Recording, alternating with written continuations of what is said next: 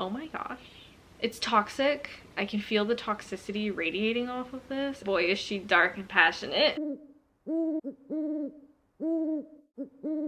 Hello siblings, welcome to Pragmastery. Let's talk about all the books that I plan to read in February for my various buddy reads and challenges and readathons, so let's go. I have wrapped randomly in paper 12 books from my physical TBR, and I am picking a random one each month, and I can't tell what it is, to read. And it's kind of a little surprise. It's a present to myself, and I specifically picked books that are either standalones or they are continuing or ending a series. So I'm not starting any new series with this challenge because I don't want to continue adding to my series count unless I've done it intentionally and I think I can finish the series out. This is just for standalones to take something off my TBR or finishing or continuing a series. I tried to choose books that I know I'm gonna like and not books that are gonna discourage me or put me in a slump. The book that I randomly got for February is Rise Up from the Embers by Kristen Simmons and Sarah Rosh. I read Set Fire to the Gods last year, I believe it was, or the year before, and it was really surprisingly good. I did not have really good expectations going into it. I thought it would be fun, but I didn't know how much I would actually fall in love with this world and these characters. So very pleased that I pulled this in February. It could have gone really awry.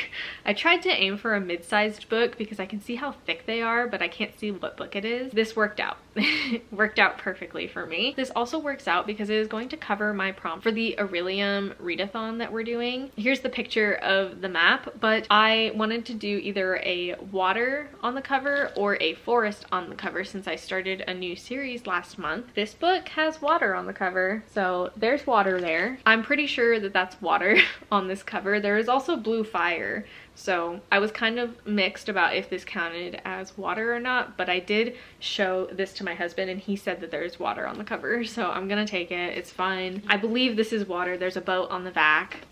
We're gonna go with it. But this is basically elemental gladiators in a fantasy world where the gods are in charge of each individual colony, kind of like Avatar: The Last Airbender, but make it gladiators, and the gods are the kings and queens of areas, and they have certain abilities per kingdom. The main characters, Ash and Matic, in the end of the first book end up being displaced, and it is wild. That book was wild. The romance, I believed it. The plot, absolutely riveting. I actually cried, which is really surprising for a YA. I don't know. I was really just taken aback by that first book, so I know I'm gonna have a good time with this book. The authors are excellent at crafting a story with two different POVs because the characters feel very distinct from each other. This is dual POV between Ash and Matic, and you can feel the difference. Even if it didn't say the name of the character at the top of the chapter, you would feel it. You can tell they put a lot of thought into each perspective. Overall, I'm very excited to get to this.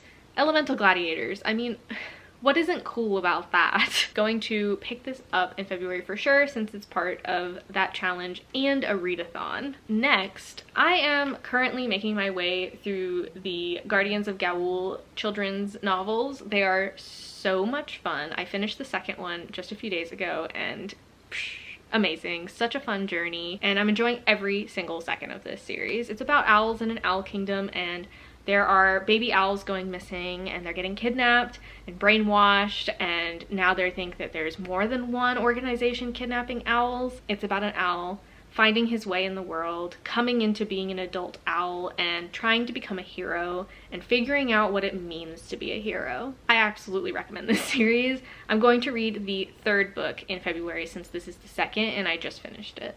Next, I am on the second graphic novel of Wings of Fire. I recently bought the entire first 6 books of this graphic novel series because it blew me away. I read the first one on a whim in January, just randomly, and it blew my mind. I had no expectations and it somehow still exceeded them.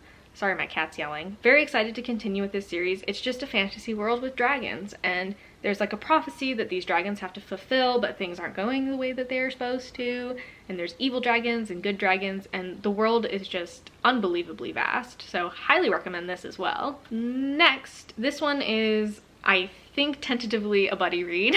Melissa and I are currently reading The Pale and the Bright for January, and we also talked about maybe reading Dark Rise by C.S. Pacat next month in February. We'll see if we end up doing it together, but I am for sure reading it in February. It's already tabbed. I'm very excited about this. This is also a book that was highly recommended to me by Reading Plus Dielines. Sarah, thank you so much. I love you, as always. Her recommendations have never failed me once, so I'm very excited about this. It's queer. There's, I believe, time travel involved, or like reincarnation. I don't know. I'm very excited, and wow, this is just a normal edition of this book, and it blows me away. Next, we have a highly anticipated read. I'm so excited about this. I'm reading this for my dark paranormal romance vlog that I got going on right now. You'll see that in a few months probably. But A Curse of Blood and Stone by K.A. Tucker. Oh my gosh. A Fate of Wrath and Flame tore my heart out and served it to me on a platter last year. Not last year, but the year before. Naturally, I'm very excited about this. Already tabbed, going to read it in 5 days. That's the plan currently. Very excited about this. I think this is very appropriate for the month of February. You know, romance, paranormal romance. We love ourselves a dark man, you know? The end of A Fate of Wrath and Flame was a cliffhanger. Xander and Ramaria's relationship at the end of that book had me reeling and gasping for air. So I'm very excited to see how the flame continues in this book. I'm nervous, but I'm hopeful. K.A. Tucker, with how good that book was, I don't think this one can be anything less than amazing. So yeah, we needed a guaranteed amazing, absolutely stunning and passionate book. And that's what this is gonna be. Because boy is she dark and passionate. Also, for the dark paranormal romance vlog that I am doing, I have Dark Lover by J.R. Ward. I have this split into a week of reading. She's kind of thick. I'm really nervous about this book. I bought it when I was a young adult. I would say I just graduated from high school when I bought this book, and I cover bought it. I didn't know anything about it. I saw that it said Black Dagger Brotherhood, and it was part of a big series, and that there were vampires. And as you can see from this cover, there are burly men who are vampires. So I naturally just picked it up without knowing anything about it. And this is actually a massive series that intimidates me a lot because that's a lot of books to add to my TBR. So it's gonna have to be pretty damn amazing to convince me to keep reading and finish out this book and decide to continue the series. It has to be pretty good. I'm nervous because I did read the first few chapters back when I was a young adult, and it was pretty dark. There's some things that happen within the first chapter that left me kind of like, oh, well, if they're doing that in the first chapter, I'm kind of nervous about the rest of this series, if you feel my drift. But it was very hot. It's toxic. I can feel the toxicity radiating off of this. I don't know, it kind of seems hot. So we'll see what happens. It's very experimental, and I could see like 20% chance that I DNF this because it's just too much. So we'll see. Wish me luck. All I know is that there is like a brotherhood of vampires, and they're like these big burly men who are like really old, and then there's this woman who's like a reporter or something, and her dad is someone important or something like that, and romance and men and hotness. We'll see what happens. I'm very nervous, as you can tell. There's like a 40 to 50% chance that I'm gonna DNF this book because I bought this as a teenager and it never called to me enough to pick it up when I had a bunch of time on my hands. So imagine now that I don't have a bunch of time on my hands. Anyways, this is like a high fantasy retelling of Alice in Wonderland. It's supposed to be kind of dark. I believe it's supposed to be kind of goth Alice in Wonderland, but with like fairies. Yeah, the vibes are what's calling to me about this and what called to me as a teenager. But the reviews are making me very nervous. So if you've read this and you enjoyed it, let me know. If you read this and didn't enjoy it, don't tell me anything. We're gonna give it a try. It is leaving my TBR this month, whether I read it or not, is kind of my opinion. So yeah, those are the books. It seems like kind of a lot probably, but you have to remember that some of these books I may DNF. I do listen to audiobooks pretty aggressively. And last month in January, I read over 19 books.